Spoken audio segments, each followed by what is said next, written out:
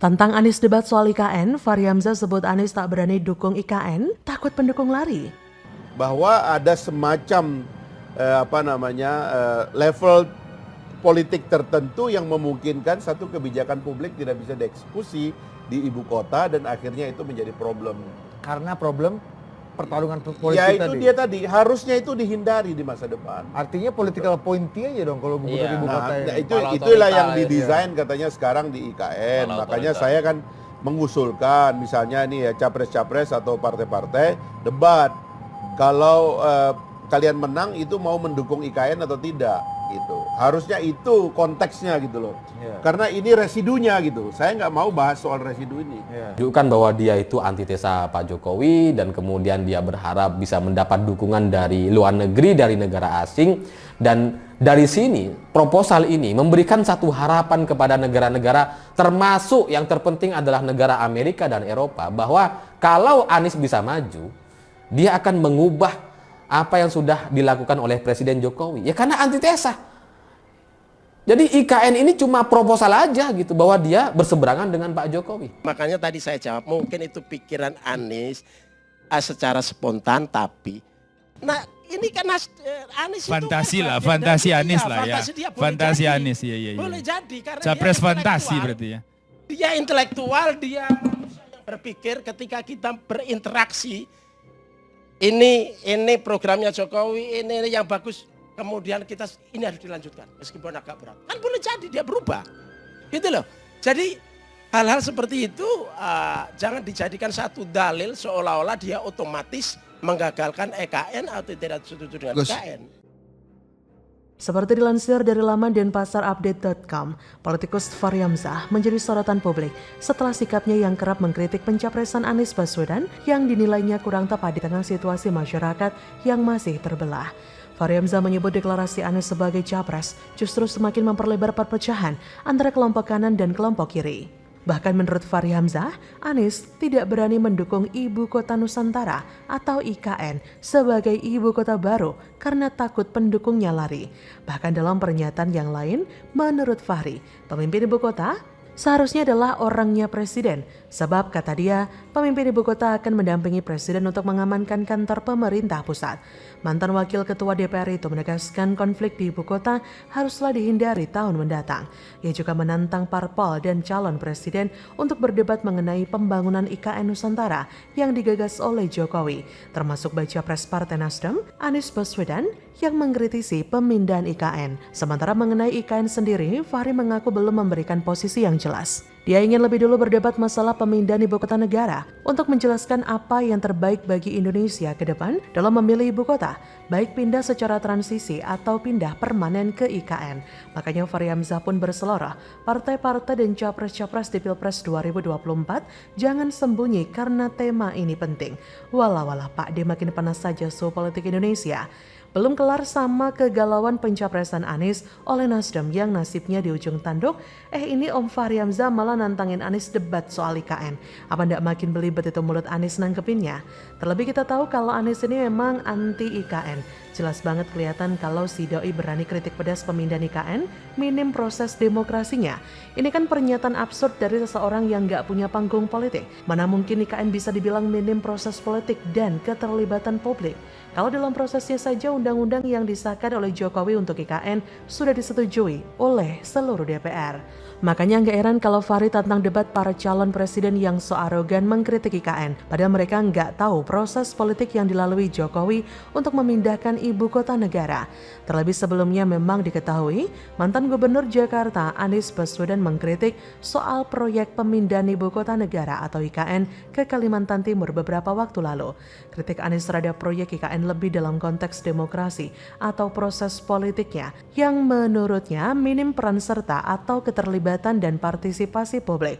Proses itu disebut Anies sebagai ironi demokrasi karena justru memperlihatkan tanda bahwa demokrasi tidak dipraktikkan secara utuh. Pernyataan ini menyambung presentasi dari Yeni Wahid yang memaparkan soal indikasi menurunnya kualitas demokrasi di Indonesia yang sinyalnya muncul dari melemahnya peran serta atau partisipasi publik dalam setiap proses pembuatan keputusan atau kebijakan publik oleh pemegang kekuasaan. Lucunya dari kritikan Anies ini justru terlihat sangat kental bernuansa politis yang tak ayal berlindung di balik kata demokrasi.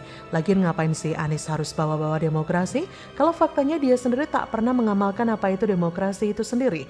Kenapa Anies harus gembar-gembor soal IKN di luar negeri dan terkesan mencecar Jokowi? Takut pendukungnya kabur kalau dukung IKN ya? Saya pikir mencermati statement Anies soal IKN yang menjadi visi besar Jokowi menatap Indonesia emas pada 2045, tampaknya orang ini cenderung memandang negatif pemindahan IKN ke Kalimantan. Padahal ada banyak studi, survei, hingga pendapat dari para pakar di berbagai bidang yang menyebut bahwa beban yang dipikul DKI Jakarta sudah terlalu berat untuk dipertahankan menjadi ibu kota. Makanya pantas saja Fahri ikut muak dengan sikap oportunis sang drama politik satu ini. Karena jelas kalau Anies ini memang anti IKN, sehingga ia tak akan berani melanjutkan proyek IKN demi tak kehilangan pendukungnya. Jadi bagaimana menurut Anda?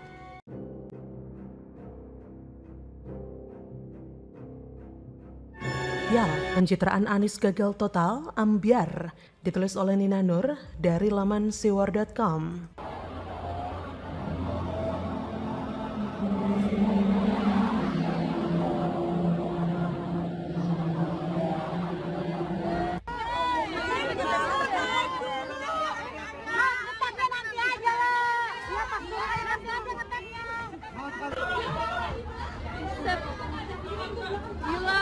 Lucunya, Anies sendiri juga hadir di konser itu bersama dengan AHY.